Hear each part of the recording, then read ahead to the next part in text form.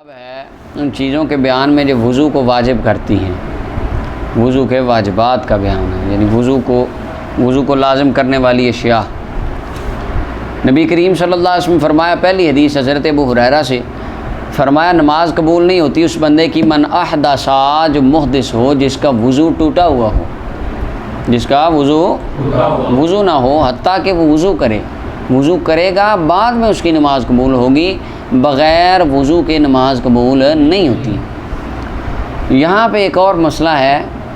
پہلی تو بات یہ ہے کہ تیمم یہاں پر وضو کے اندر ہی داخل ہے، کیونکہ اگر پانی نہ ملے تو تیمم ہے، اس کا نام نومینیٹ نہیں کیا اسے حدیث میں، اس کی وجہ تیمم وضو کا نائب ہے، تیمم وضو کا، تو جب اصل کی بات کر لی، نائب خود بخود اس میں شامل ہو گیا۔ یہاں پہ ایک بڑا محبت بھرا معصومانہ مدنی سوال ہم اپنے دوستوں سے پوچھتے ہیں کہ جن کا یہ نظریہ ہے کہ صرف قرآن سنت کافی ہیں، قرآن و حدیث، جی بس قرآن و حدیث، بس بخاری، بس، جو اس طرح کر رہے ہوتے ہیں نا، ان سے پوچھتے ہیں کہ سر آپ ایک مسئلہ بتائیں، ایک بندے کو پانی بھی نہیں ملتا، مٹی بھی نہیں ملتی، مسئلہ کوئی قیامت تک کسی ایک انسان کے ساتھ بھی پیش آ سکتا ہے، اور عین ممکن ہے جو ہمارے مسلمان فوجی مختلف جنگوں کے لوگوں کے جو قیدی بنائے ان کے ساتھ یہ آیا ہو، ان کو ایسی جگہ پہ بند کرتے ہیں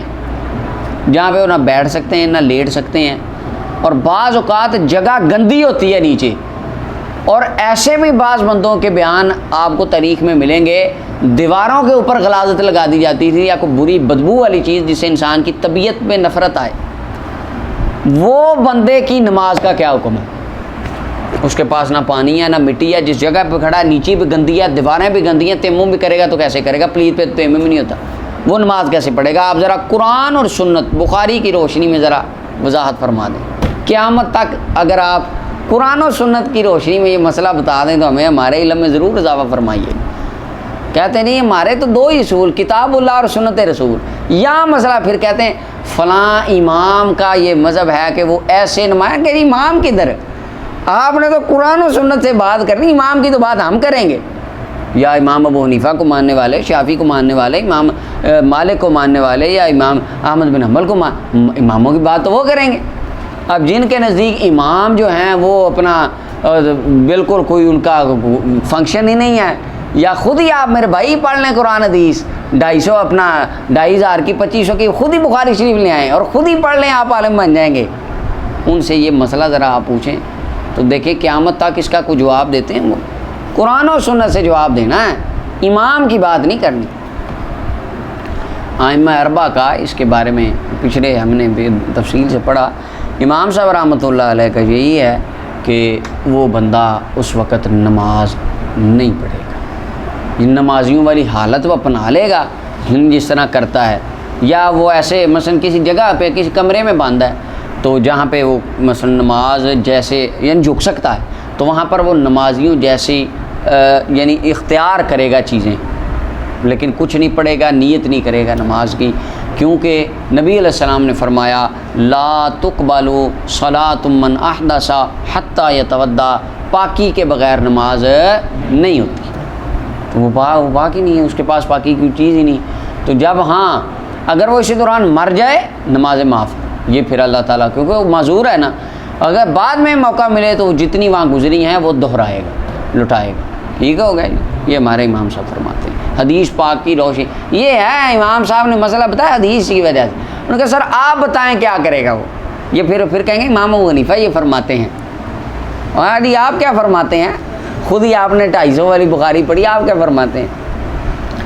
آگے ہے اگلی حدیث پاک ہے نبی کریم اور ہاں یہاں پر ایک اور مسئلہ مولا علی قاری رحمۃ اللہ لکھتے ہیں وَلَوْ صَلَّى بِغَيْرِ طَهَارَةٍ مُتَعَمِّدًا، اگر جان بوجھ کر کو بندہ وضو کیے بغیر نماز پڑھے، چھوڑو جی وضو کی کیا ضرورت ہے، یعنی وضو کی توہین کرتے ہوئے پاکی کی وہ نماز پڑھے تو وہ بندہ کفر کا اس کے اوپر حکم لگ جاتا ہے، یہ کفر ہوتا ہے، یہ کفر بندہ کرتا ہے جو جان بوجھ کر بغیر پاکی کے نماز شروع کرتے اور نماز پڑھے، تو بعض علماء نے اس کے اوپر کفر کا الزام لگایا کہ وہ بندہ حد کفر تک پہنچتا ہے، آگے عبداللہ بن عمر فرماتے ہیں نماز قبول نہیں ہوتی بغیر پاکی کے، بغیر طہور، یہاں پہ وضو کی بھی قید نہیں ہے، پاکی دونوں کو شامل ہے، وضو کو بھی اور تیمم کو بھی، ولا، اور فرمایا صدقہ قبول نہیں ہوتا من غلول، حرام مال سے۔ کسے؟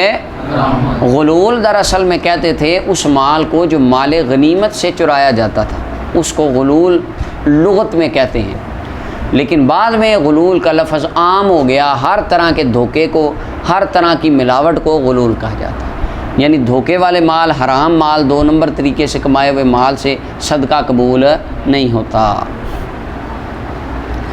اگر کوئی بندہ حرام مال سے ہسپتال بنا دیتا ہے اس کو اس کا کوئی اجر نہیں، اگر حرام مال سے مسجد تعمیر کر دیتا ہے کوئی اجر نہیں۔ اس کی وجہ محبوب علیہ السلام نے فرمایا ان اللہ طیب لا یقبل الا الطیب، اللہ میرا پاک ہے اور پاک چیزیں قبول فرماتا ہے، حرام مال نہیں قبول فرماتا۔ آگے حضرت مولا علی رضی اللہ تعالیٰ عنہ فرماتے ہیں، آپ فرماتے ہیں کنت رجل مزان، میں شخص تھا کہ مجھے کثرت سے مزی آتی تھی، پڑھا ہے ہدایہ میں آپ نے، وہو ارق من المنی یخرج عند الملاعبۃ او النظر، پڑھیے سمجھ لگی ہے نا؟ ہاں بس۔ اور ابن حجر اسقلانی فرماتے ہیں وہ ماء رقیق اصفر یخرج عند الشہوۃ الضعیفہ وفی حکمہ الودی، ودی بھی اسی کے حکم میں ہے۔ ودی کیا ہے؟ وہ ماء ابیض سخین یخرج عقب البول، یہ جس طرح کئی بندے کہتے ہیں قطرے آتے ہیں ہمیں، یہ ودی وہ آ گئی۔ اور مزید وہ آپ نے ڈیٹیل فقہ کی کتابوں میں پڑھی ہے، یہ میں نے عربی میں تعریف سمجھا دی آپ کو، اللہ کرے سمجھ لگ گئی ہے، سمجھ آ گئی آسانی۔ تو مجھے حیا آئی کہ میں سوال کروں نبی صلی اللہ علیہ وسلم سے، مسئلہ پوچھوں آپ کی صاحبزادی کی وجہ سے کہ آپ کی شہزادی میرے نکاح میں ہے، تو میں آپ سے کس طرح یہ مسئلہ پوچھوں، یعنی مجھے ایک حیا آیا۔ تو میں نے حضرت مقداد کو حکم دیا کہ جاؤ آپ جا کے پوچھ کے میرا مسئلہ آؤ۔ تو آپ فرماتے ہیں حضرت مقداد نے پوچھا تو نبی علیہ السلام فرمایا کہ وہ اپنی شرمگاہ کو دھو لیا کرے اور وضو کر لیا کرے۔ پتہ کیا چلا؟ ثابت کیا ہوا؟ مزید سے وضو ٹوٹ جاتا ہے۔ ٹھیک ہو گیا؟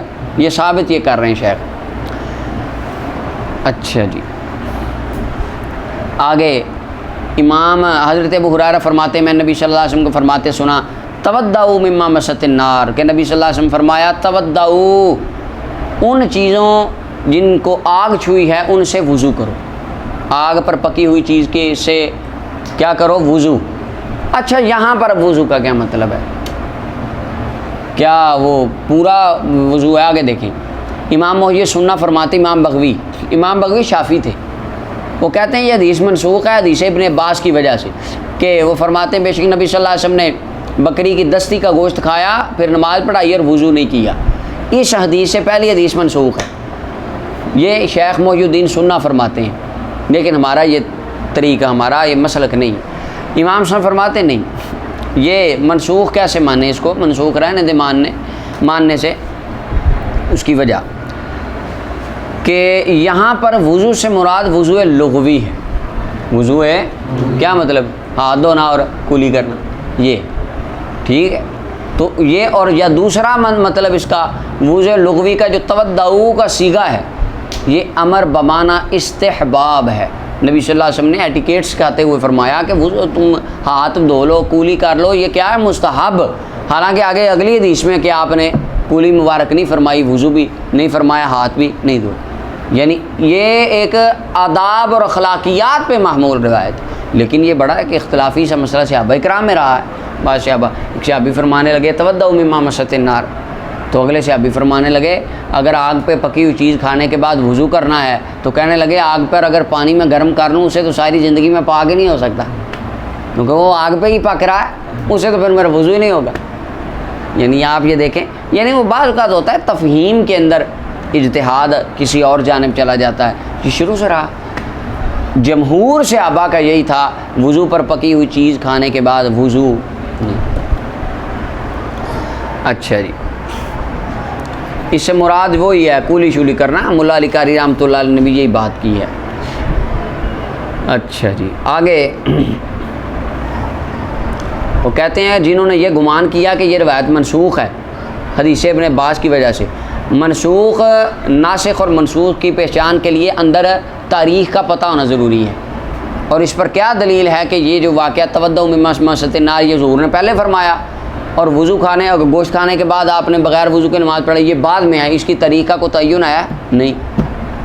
اگر طریقہ تعین ہوتا تو ہم مانتے کہ یہ منسوخ ہے، لیکن یہاں طریقہ تعین نہیں ہے، لہذا منسوخ نہیں اس کو مان سکتے۔ اچھا جی، آگے حضرت جابر بن سمرہ فرماتے ہیں کہ ایک بندے نے سوال کیا نبی صلی اللہ علیہ وسلم سے، یا رسول اللہ کیا ہم وضو کریں بکری کا گوشت کھانے سے؟ فرمایا اگر چاہے تو کر لے۔ وضو سے مراد وضو ہے لغوی، ہاتھ دھونا کولی کرنا، فرمایا چاہے تو کر لے۔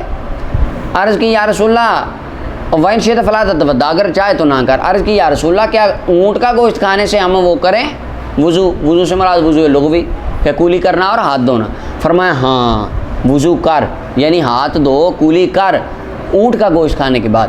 اس کی وجہ مولا علی قاری لکھتے ہیں، دیگر محدثین کرام نے یہ اس کے اندر لکھا ہے کہ اونٹ کے گوشت کے اندر جو اسمیل ہوتی ہے وہ بکری کے گوشت سے زیادہ ہوتی ہے۔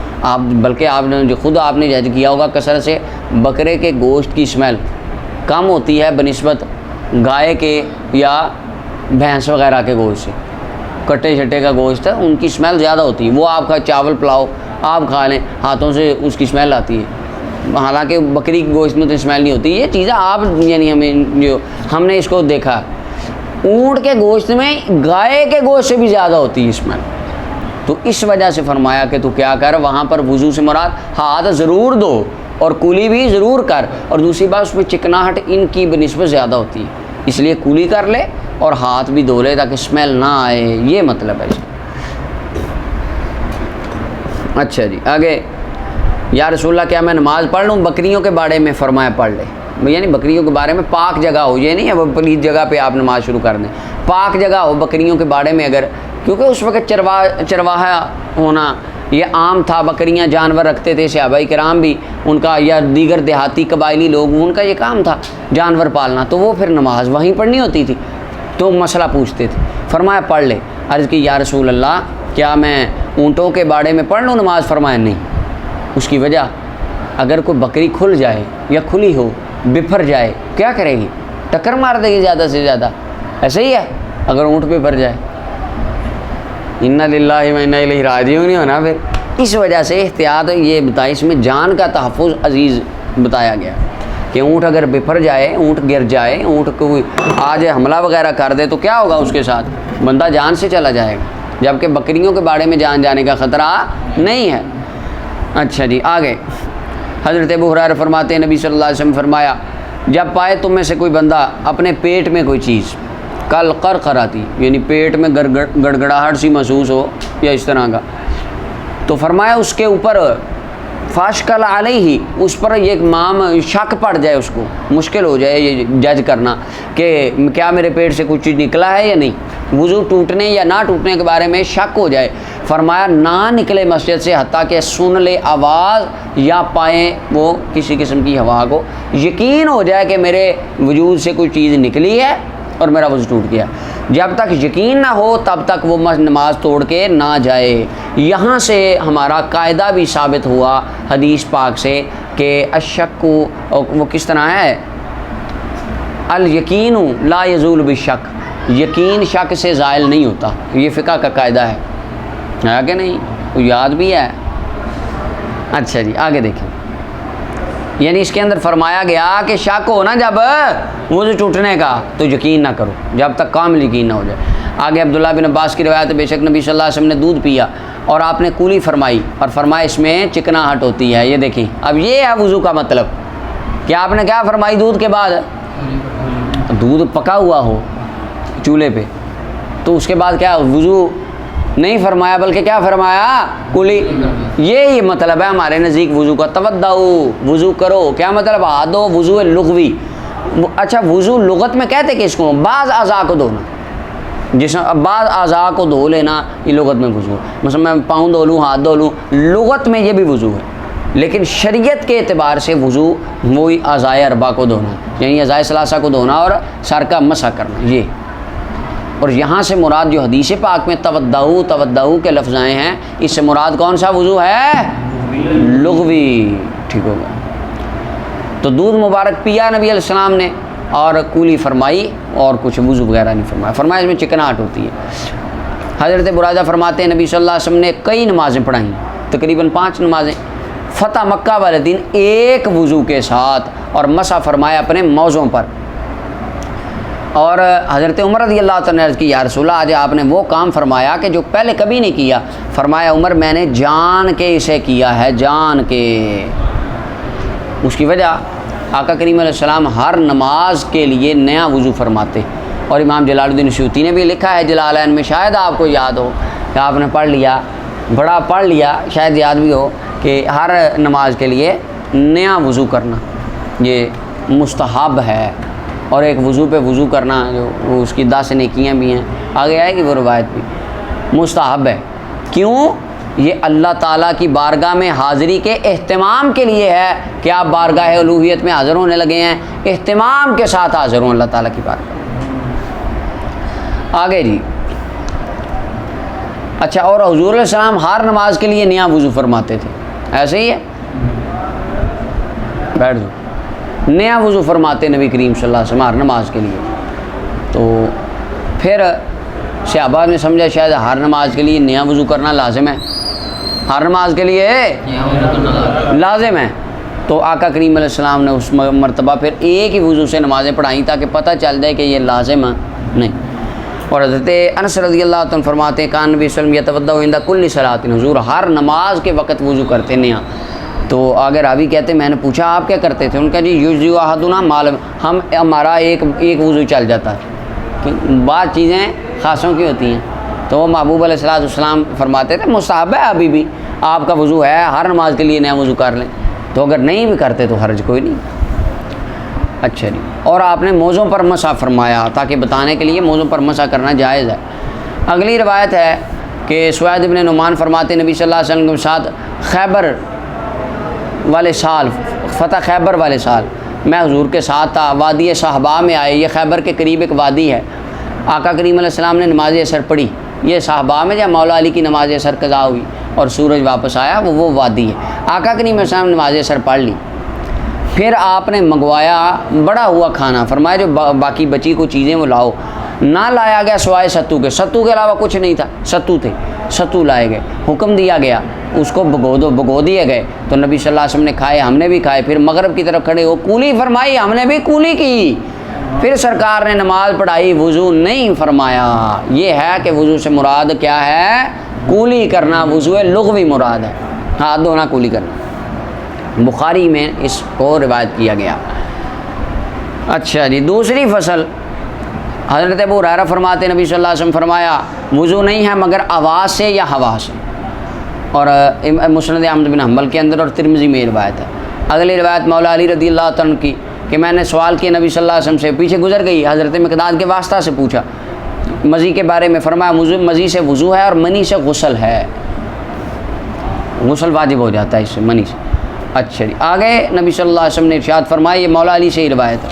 فرمایا مفتاح الصلاۃ الطہور، نماز کی چابی پاکی ہے، پاکی نماز کی وتحریمھا تکبیر، اور اس کی تحریمہ تکبیر ہے. جس طرح بندہ احرام باندھتا ہے، بہت سی چیزیں جو پہلے حلال تھیں احرام باندھنے کے بعد حرام ہو گئیں، اسی طرح جب اللہ اکبر تکبیر تحریمہ کہتا ہے، بہت سی چیزیں جو نماز سے پہلے حلال تھیں وہ حرام ہو گئیں. کھانا پینا، بات کرنا، یہ سب چیزیں کیا ہو گئیں؟ حرام. اس لیے اس کو کہتے ہیں تکبیر تحریمہ، حرام کر دینے والی تکبیر. یعنی وہ چیزیں جو نماز سے پہلے حلال تھیں ان کو حرام کر دیا. وتحلیلھا التسلیم، اور نماز اس تحریمہ کو کھولنے والی چیز کیا ہے؟ سلام. ٹھیک ہو گیا جی. ابو داؤد ترمذی دارمی نے اس کو روایت کیا اور ابن ماجہ نے بھی روایت کیا حضرت ابو سعید خدری سے. آگے مولا علی، حضرت علی ابن طلق فرماتے ہیں کہ میں نے نبی کریم صلی اللہ علیہ وسلم کو فرماتے سنا حضور نے فرمایا جب تم میں سے کسی ایک کو ہوا خارج ہو تو وہ وضو کر لے. اس سے پتہ چلا کہ اسے وضو ٹوٹ جاتا ہے کہ نہیں؟ وضو ٹوٹ جاتا ہے اسے. ولا ذات النساء فی اجازہن، اور فرمایا اپنی عورتوں کو نہ فی اجازہن ای فی ادبارہن، دبروں سے، دبر کے مقام سے آنا یہ حرام ہے، پچھلے اس مقام سے آنا. اور نبی صلی اللہ علیہ وسلم سے پر لعنت فرمائی ہے، جو یہ کام کرے اس پہ اللہ کی لعنت ہے. اچھا جی. آگے ترمذی اور ابو داؤد نے روایت کیا اس کو. حضرت معاویہ بن ابی سفیان رضی اللہ عنہ فرماتے نبی صلی اللہ علیہ وسلم نے فرمایا انما العینان وقاء الصح، فرمایا آنکھیں کیا جی؟ آنکھیں. فرمایا وقاء الصح، یہ سرین کا بندھن ہے، پشت کا بندے کی کا بندھن ہے، یعنی بندہ جاگ رہا ہے چوکس رہتا ہے، بندہ اپنی جمائی روک سکتا ہے، کیع روک سکتا ہے، پیشاب روک سکتا ہے، کنٹرول ہوتا ہے جسم پہ، یعنی آنکھیں وہ اپنے سرین کا بندھن ہے یا پورے وجود کا بندھن ہے۔ اچھا سہو یہ سرین کو کہتے ہیں، الاست عربی میں، فیضا نامت لین، جب آنکھیں سو جاتی ہیں تو وہ بندھن کھل جاتا ہے، بندہ سو گیا پھر پتہ نہیں جو بھی ہو، پھر کوئی ہو جائے، کئی بندے بڑے بڑے ہوتے ہیں ان کا پیشاب نکل جاتا ہے، یہ چھٹی کلاس کے بچے دیکھے ہم نے، دم کر دیں جی سے، یہ کیا ہوا جی، یہ اوپر ہی پیشاب کر دیتا، اور اس کا دم کیا ہے، اس کو علاج لوج کراؤ، کمزوری ہے۔ اچھا جی آگے مولا علی فرماتے ہیں، نبی صلی اللہ علیہ وسلم نے فرمایا وکاہ السحر العینان فمن نام، جو سو جائے فل یتوضا، چاہیے کہ وہ کیا کرے، وضو کرے۔ یہ دیکھیں نیند سے وضو ٹوٹ جاتا ہے، ہمارے نزدیک علت کیا ہے وضو ٹوٹنے کی، استرخائے مفاصل، جوڑوں کا ڈھیلا۔ ابو داؤد نے اس کو روایت کیا۔ محی سنہ امام فرماتے ہیں یہ قائد کے غیر میں ہے، جو بندہ بیٹھا ہے نا اس کے حق میں یہ حدیث نہیں ہے، یہ لیٹ کے سونے والے کے حق میں ہے، اس کی وجہ حدیث پاک میں آتا ہے اور ترمذی کے اندر دیگر روایتوں میں ہے، شاید ترمذی میں بھی ہم نے دیکھی ہے، یہ اس کی شروحات میں تو گزری ہے پیچھے۔ یہ حضرت انس فرماتے ہیں نبی کریم صلی اللہ علیہ وسلم، ہاں ابو داؤد ترمذی دیکھیں آ گیا، نبی کریم صلی اللہ علیہ وسلم کے صحابہ وہ انتظار کرتے تھے عشاء کا حتیٰ کہ ان کے سر جھک جاتے، پھر نماز پڑھتے وضو نہیں کرتے تھے۔ ابو داؤد اور ترمذی نے اس کو روایت کیا، یعنی صحابہ کرام فرماتے ہیں بعض اوقات تمہارا سر جھک جاتا جھولا آ جاتا، اور بعض اوقات ہوتا ہے نا بیٹھے بیٹھے ہمیں جھولا آ جاتا ہے تو اسے وضو نہیں ٹوٹتا، ٹھیک ہے جی۔ اچھا جی، مگر انہوں نے ینامون کی جگہ ینتظرون العشاء کا ذکر کیا حتیٰ تغفر اس میں، خیر بات ایک ہی ہے۔ آگے آ جائیں، ابن عباس رضی اللہ عنہ فرماتے ہیں نبی صلی اللہ علیہ وسلم فرمایا وضو اس پر ہے جو سو جائے لیٹ کر، مضطجعا، کروٹ کے بل، بے شک جب بندہ اضطجع کروٹ کے بل لیٹتا ہے، یعنی لیٹ کر سوتا ہے نا، استرخت مفاصلہ، یہ ہماری دلیل ہے، اس کے جوڑ ڈھیلے ہو جاتے ہیں، اعضاء یعنی جسم پہ کنٹرول نہیں رہتا، پیچھے بھی حدیث وہ گزر گئی وکاہ السحر العینان والی۔ آگے یہ اسے ابو داؤد نے روایت کیا اور ترمذی نے۔ آگے حضرت بصرہ فرماتی نبی صلی اللہ علیہ وسلم فرمایا جب تم میں سے کوئی بندہ چھوئے اپنی شرمگاہ کو، ذکر کو، فل یا توضا، چاہیے کہ وہ کیا کرے، وضو کرے۔ اچھا یہاں سے مراد فل یا توضا امر بمعنی استحباب ہے، امر بمعنی استحباب ہے۔ آپ ادھر احمد بیٹھو، پھر میں آپ کو بلاتا ہوں، نہیں ادھر ساتھ ہی آپ بیٹھو، ویٹ کرو تم، میں آپ کو بلاتا ہوں، یہ ساتھ والے روم میں بیٹھ جاؤ۔ اچھا اذا مسح احدکم، جب چھوئے تم میں سے کوئی ایک اپنی شرمگاہ کو، فلیتوضا، پیشاب والی نالی کو، وہ وضو کرے۔ مالک، احمد، ابو داؤد، ترمذی، نسائی، ابن ماجہ، دارمی سب نے اس کو روایت کیا۔ وضو سے مراد کیا ہے، وضو لغوی استحباب، یعنی ہاتھ دھو لے، ہاتھ ایک تو یہ مطلب ہے، ایک مطلب امام طحاوی فرماتے ہیں وضو کرنا مستحب ہے، وضو کرنا ہاں، اس کے وضو نہیں ٹوٹتا۔ مثلا مرد کا پیشاب والی نالی کو یا خاتون کے شرمگاہ کو ہاتھ لگانے سے وضو کیوں، اس کی دلیل یہ دیکھیں، طحاوی کے اندر بے شمار روایتیں ہیں، دیگر حدیث کی کتابوں میں یہ روایتیں آئی ہیں، مصنف ابن ابی شیبہ میں بے شمار روایتیں ہیں۔ مولا علی رضی اللہ عنہ سے پوچھا، فرمایا ما بالی لی انفی مسسو وضونی، فرمایا پوچھا گیا کہ جناب شرمگاہ کو ہاتھ لگانا کیسا ہے، کیا حکم ہے اس کا؟ فرمایا جس طرح ناک کو ہاتھ لگانا، یہ جسم کا ایک ٹکڑا ہی ہے، یہ ایک تو یہ قول۔ عبداللہ بن مسعود رضی اللہ عنہ سے پوچھا گیا تو فرمایا یہ اس طرح جسم کا ٹکڑا ہے، اور کثیر سے ابا سے یہ مروی ہے۔ حضرت سعد رضی اللہ عنہ کے بارے میں ہے، اور حضرت جناب ابن عباس رضی اللہ عنہ کے بارے میں امام طحاوی لائے ہیں۔ سیدنا حیدر کرار رضی اللہ عنہ شیر خدا رضی اللہ عنہ کے بارے میں لائے ہیں کہ ایک بندہ کہنے لگا ہاتھ لگانے سے تو وضو ٹوٹ نہیں جاتا، ہاتھ لگانے سے تو یہ ہاتھوں، یعنی اس نے اس طرح کر کے کو بات کی، تو آپ نے فرمایا اگر یہ اتنا پلیت ہے تو فقطع ہو، فقطع کیا کر جسم کے اعضاء ہیں۔ دیکھیں اگر اس طرح آپ کہیں کہ پیشاب والی نالی کو ہاتھ لگانا یہ پلیت ہے تو وضو ٹوٹ گیا، اس طرح تو اگر صرف نالی پلیت ہے، اس طرح تو آپ بھی پلیت ہیں، آپ کے اندر اتنی بڑی تھیلی ہے جس کے اندر اپنا انسان کے سارے فضلات ہیں، تو بندہ بھی پلیت ہے پھر، اور بھائی وہ پیشاب کی نالی بندے کے اندر ہے، بندہ بھی پلیت ہے، خون ہے خون بھی پلیت ہے، بندہ سارا پلیت ہے، پھر تو بندہ کبھی غسل کر کے پاک ہو نہیں سکتا۔ اور بھائی جان وہ ساری چیزیں اندر ہیں، لیکن ہم بات کر رہے ہیں باہر کی، باہر جب تک انسان کے جسم پہ وجود کے کسی بھی عضو پہ نجاست لگی ہے تو وہ پلیت ہے، اگر نہیں لگی تو جسم کا کوئی عضو باہر سے پلیت نہیں، اس کو ہاتھ لگانے سے وضو نہیں ٹوٹتا۔ تو یہاں پہ تودع فرمایا وہ یہی فرمایا وضو لغوی، اپنا ہاتھ دھو لو۔ یہ دیکھیں نا، ایک بندہ مثلا آیا کپڑے چینج کر کے مثال گیا، اس کا ہاتھ لگ گیا شرمگاہ، اب اس نے قرآن پاک پڑھنا جا کے تو وہ ہاتھ تو نہیں لگائے گا۔ تو ادب یہ ہے ہاتھ دھوئے، یا دوبارہ مستحب ہے وضو کر لے، وضو نہیں کرتا دوبارہ نہ کرے، کم از کم ہاتھ دھوئے پھر جا کے نیک کام کرے اپنا۔ سمجھ آئی؟ یہ مطلب ہے اس حدیث پاک۔ اچھا جی، چل آگے جی دیکھیں،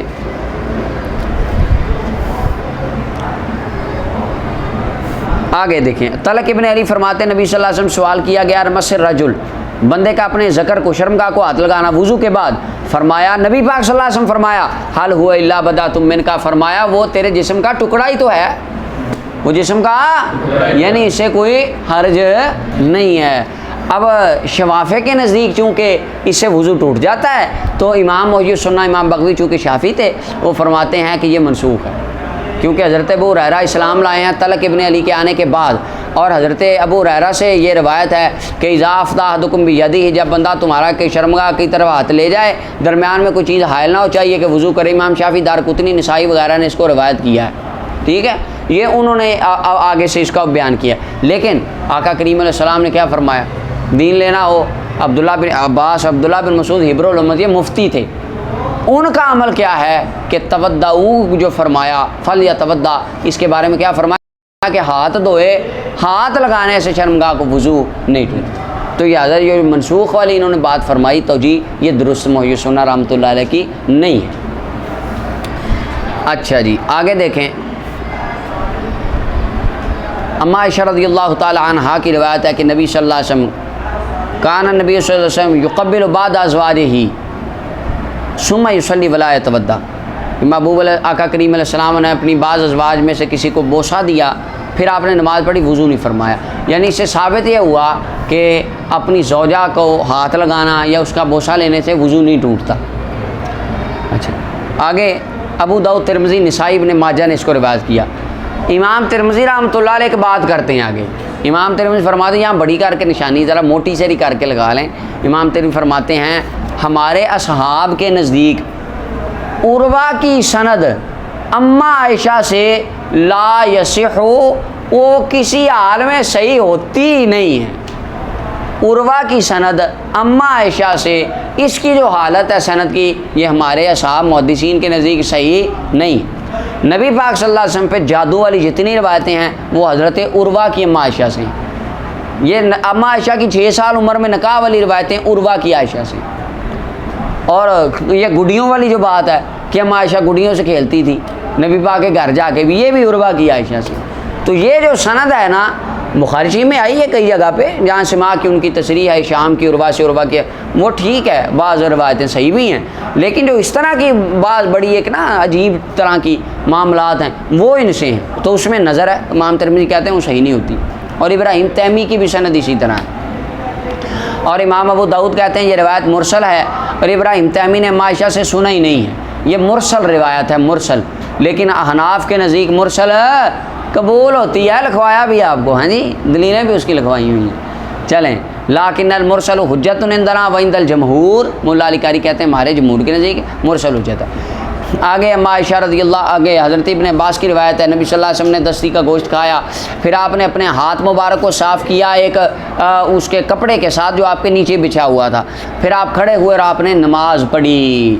دیکھ یعنی ہاتھ صاف کرنے سے بھی کام ٹھیک ہو گیا، دھونا اگر پانی میں اثر نہیں، ٹیشو سے صاف کر لیں، ٹیشو سے نماز پڑھ لیں۔ ام سلمہ فرماتی ہیں کہ میں نے قریب کیا نبی کریم صلی اللہ علیہ وسلم کے حضور کا بنا ہوا گوشت، آپ نے کھایا، پھر نماز پڑھی، وضو نہیں فرمایا۔ یہ ساری حدیثوں کو لانے کا مقصد یہ ہے کھائی ہوئی چیز کھانا کھانے سے وضو ٹوٹتا۔ آگے تیسری فصل حضرت ابو رافع فرماتے ہیں کہ میں اشہدو، میں حاضر ہوا، یا اشہدو میں گواہی دیتا ہوں اللہ کی قسم اٹھا کے کہ میں نے نبی کریم صلی اللہ علیہ وسلم کے لیے بھونا بکری کے پیٹ کا گوشت، اندر سے اس کا گوشت نا رانوں کا نکال کے سارا، اور اس کے اچھے اچھے میں نے بھونا۔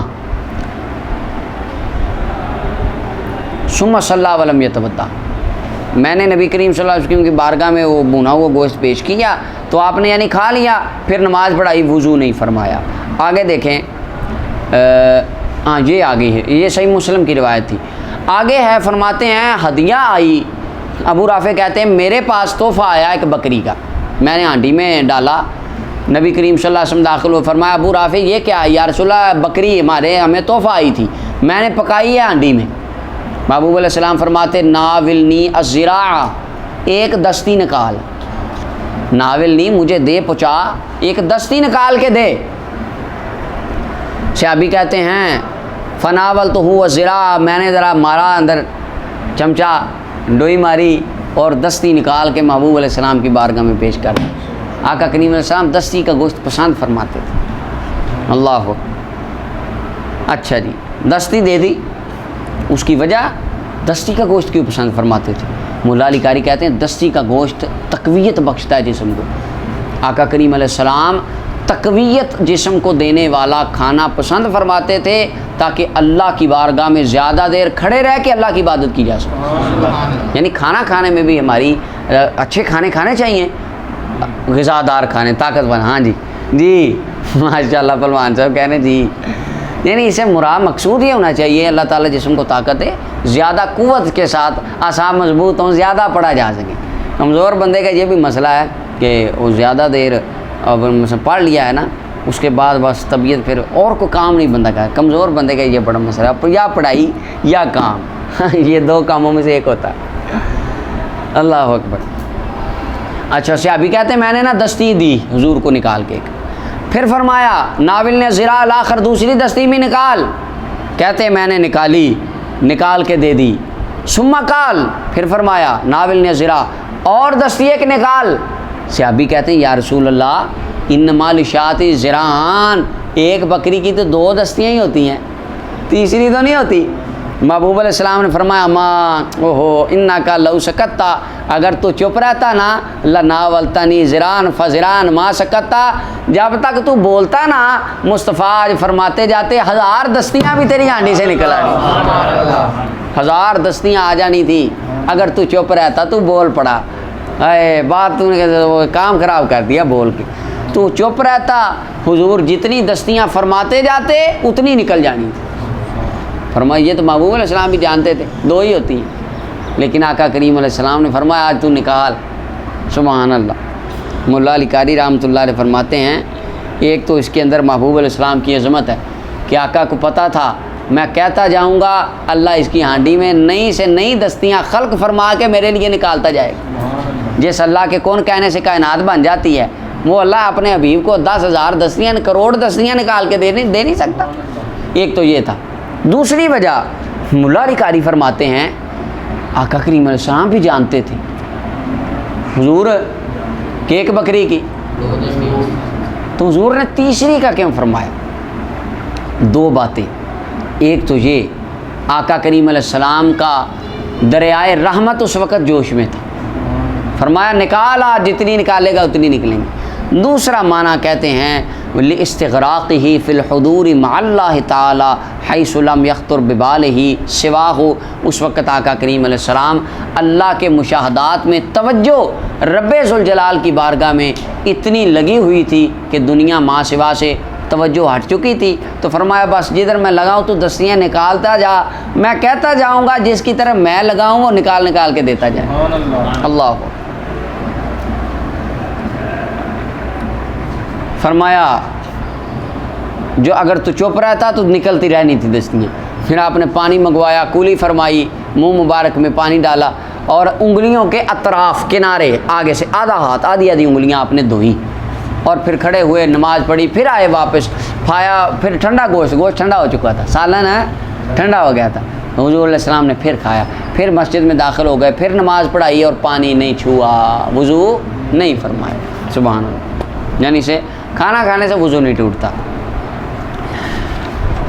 دارمی نے اس کو روایت کیا ابو عبید سے، مگر انہوں نے دعا بمائن الی آخر ہی دوسری بار کھانا کھانے کے الفاظ ذکر نہیں کیے۔ آگے دیکھیں حضرت انس بن مالک فرماتے ہیں میں اور میرے ابا جی اور حضرت ابو طلحہ بیٹھے تھے، ہم گوشت کھا رہے تھے، روٹیاں کھا رہے تھے، میں پانی لے آیا وضو بالٹی، وضو کرنے کے لیے. دونوں کہنے لگے لما تتوضأ، یہ تو وضو کیوں کرنے لگا؟ عرض کیجیے میں کھانا نہیں کھایا. تو وہ دونوں فرمانے لگے کیا تو وضو کرتا ہے من الطیبات، پاک چیزوں سے، پاک چیز کھانے کے بعد بھی وضو؟ لم یتوضأ منہ من هو خیر منک، جو تجھ سے بہتر ہستی تھی انہوں نے وضو نہیں فرمایا. کون ہے بہتر ہستی؟ نبی کریم صلی اللہ علیہ وسلم. محبوب علیہ السلام نے جب نہیں فرمایا تو کیوں کر رہا؟ مسند احمد بن حنبل کے اندر یہ روایت موجود ہے. آگے عبداللہ ابن عمر فرماتے ہیں عورت کو بوسہ لینا، اس کو ہاتھ سے جسوہا چھونا، ہاتھ سے، یہ ملامست ہے. فرمایا نا لامستم النساء، ہاتھ لگا لو تو وضو ٹوٹ جاتا ہے. او لامستم النساء، یا تم چھو لو اپنی عورتوں کو. محققین جمہور علماء کا یہ ہے کہ عورت کو چھونے سے مراد ہے اس سے جمع کرنا، اس سے انسان کا وضو ٹوٹ جاتا ہے، غسل بھی واجب ہو جاتا ہے. ٹھیک ہے جی. یہ بعض فقہا کہتے ہیں کہ عورت کو یوں ہاتھ لگانا، بس اپنی بیوی کو ٹچ کرنا، اس سے وضو ٹوٹ جاتا ہے. اور بعض ائمہ فرماتے ہیں اپنی بیوی کو ہاتھ لگانے سے نہیں ٹوٹتا، صرف ہاتھ لگانا، مطلب کوئی چیز پکڑا دیتا ہے بندہ، باہر سے آیا بیوی ہاتھ ملا لیتی ہے، بیوی تو محرم ہے نا.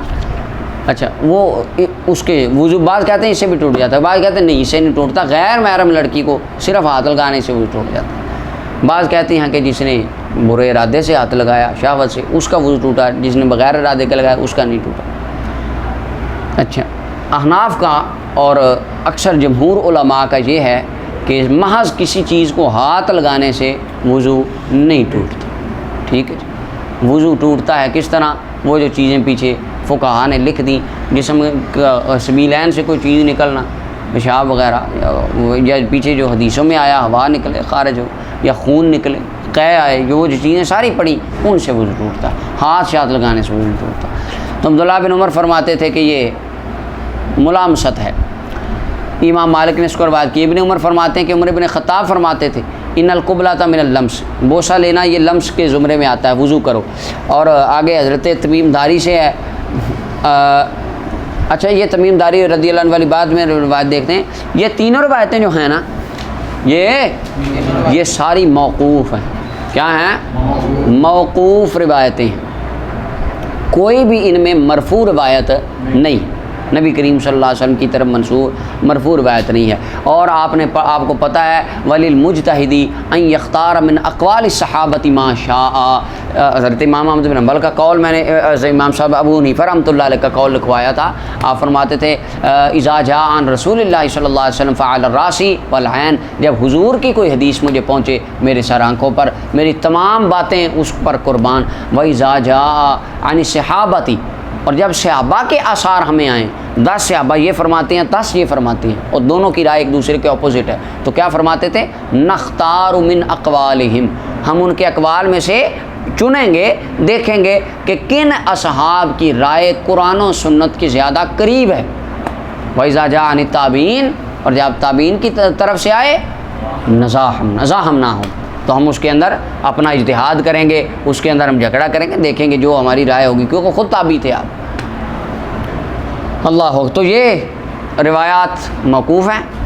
تو مجتہدین کا قرآن و سنت کے زیادہ قریب دوسرے صحابہ، دیگر صحابہ کا انہوں نے مسلک سمجھا جو اس رائے کے خلاف تھے. شافعیوں کی چونکہ یہی رائے ہے کہ ہاتھ لگانے سے بھی ٹوٹ جاتا ہے، اپنی زوجہ کو نہیں غیر محرم کو، تو اس لیے وہ یہ روایتیں لائے ہیں، حالانکہ یہ موقوف ہیں. حضرت تمیم داری فرماتے ہیں نبی صلی اللہ علیہ وسلم نے فرمایا، حضرت تمیم داری یہ مشہور صحابی ہیں، دجال سے ان کی ملاقات ہوئی ہے. یہ صحابی دجال سے ملے ہیں. یہ وہ بڑی مشہور حدیث ہے دلائل النبوہ میں. سنی ہے؟ نہیں سنی؟ یہ بڑی مشہور روایت ہے، سناؤں گا آپ کو کس نے. فرمایا الوضوء من کل دم سائل، ہر بہنے والے خون سے وضو ہے. ہر بہنے والے خون سے یعنی خون آ گیا، بہہ پڑا، وہ وضو ٹوٹ گیا. امام ظفر کا قول یاد ہے یہاں پہ ہدایہ میں جو پڑھا تھا، ماس چھیلنے والا، ان کے نزدیک ماس ظاہر ہونے سے ٹوٹ جاتا. دارقطنی روایت کے عمر بن عبدالعزیز فرماتے ہیں کہ تمیم داری نے عمر بن عبدالعزیز نے تمیم داری سے نہ سنا نہ ان کو دیکھا. اور یزید بن خالد اور یزید بن محمد دو مجہول راوی ہیں اس کی سند میں.